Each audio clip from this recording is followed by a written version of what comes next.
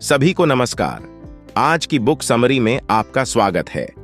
आज हम Bianca Sparacino की पुस्तक the strength in our scars पर चर्चा करेंगे। तो बियांका की पहली किताब जो मैंने पढ़ी है वास्तव में ए जेंटल रिमाइंडर का शीर्षक है, और मुझे वास्तव में स्वीकार करना चाहिए कि मुझे कविता की किताब बहुत पसंद थी। पूरी तरह से यह जीवन जीने के लिए एक माइक्रो रिमाइंडर था। आप जानते हैं, हर समय अपने आप को बार बार एक्सेप्ट करने के लिए। इसलिए मुझे वास्तव में हमारी एक और पुस्तक के लिए जाने के लिए इनकरेज्ड किया गया, और इस बार हम अपने the strength in our scars किताब की बात कर रहे हैं। आप जानते हैं, एक बात जो कविता की किताबों के साथ बहुत रेलिवेंट है, वे उत्साहजनक हैं, वे प्रेरित कर रहे हैं, वे आपको फिर से जीने के लिए, फिर से सांस लेने के लिए, प्यार करने के लिए, जीने के लिए एक पर्पस बताते हैं। और बियांका हमारे इस किताब में वही काम करती है। अब यह विशेष पुस्तक ट्रीटमेंट के पर्पस से लिखी गई है, और सबसे विशेष रूप से कुछ बातें हैं जो मेरे साथ रेजोनेट होती हैं, और मुझ पर भरोसा करें कि वे आपके लिए हैं। तो सबसे पहले जो खास लाइन मुझे पसंद आई वो कुछ इस तरह लिखी, वो शब्द आपको खूबसूरती देने वाला है लेकिन दर्द भी देगा। सबसे बड़ा सबक जो आप कभी सीखेंगे वह यह है कि यह भी एक गिफ्ट है। यह सिर्फ हमें यह बताने के लिए है कि जीवन एक गिफ्ट है, और एक संपूर्ण गिफ्ट है। ये पार्ट्स में आता है, ये खुशी के साथ आता है, दर्द के साथ आता है, खुशी के साथ आता है, उद्देश्य के साथ आता है। यह एक न्यूट्रिशियस फूड है। अब आप इसे कैसे खाते हैं और कैसे लेते हैं, यह सब एक चॉइस है जो अंततः आप पर डिपेंड करता है।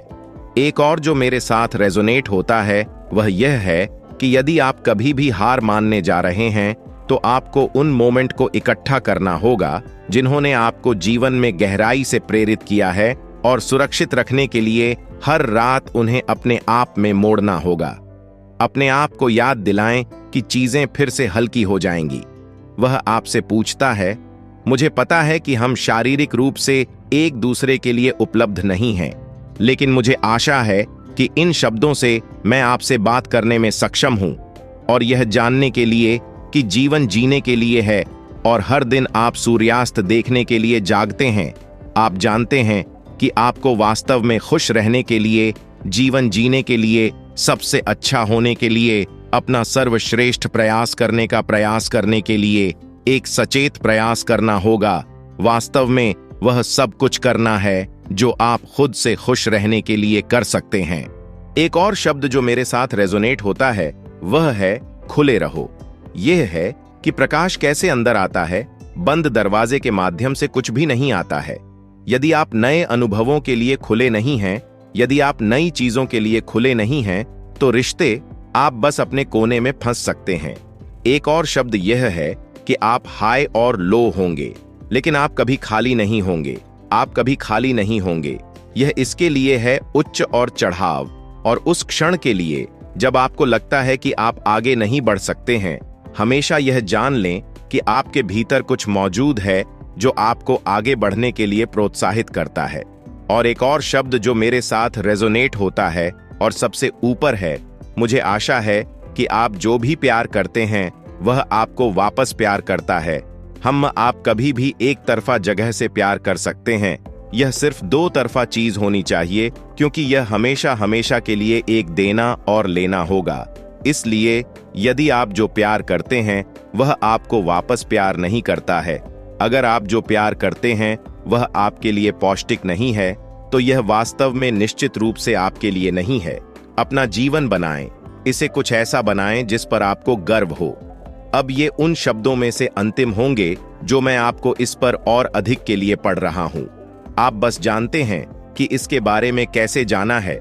इन लाइंस के बारे में एक बात कहूं, शब्दों को आपके साथ गूंजने दें। यह होने दें कि बियांका वास्तव में आपसे बात कर रही है।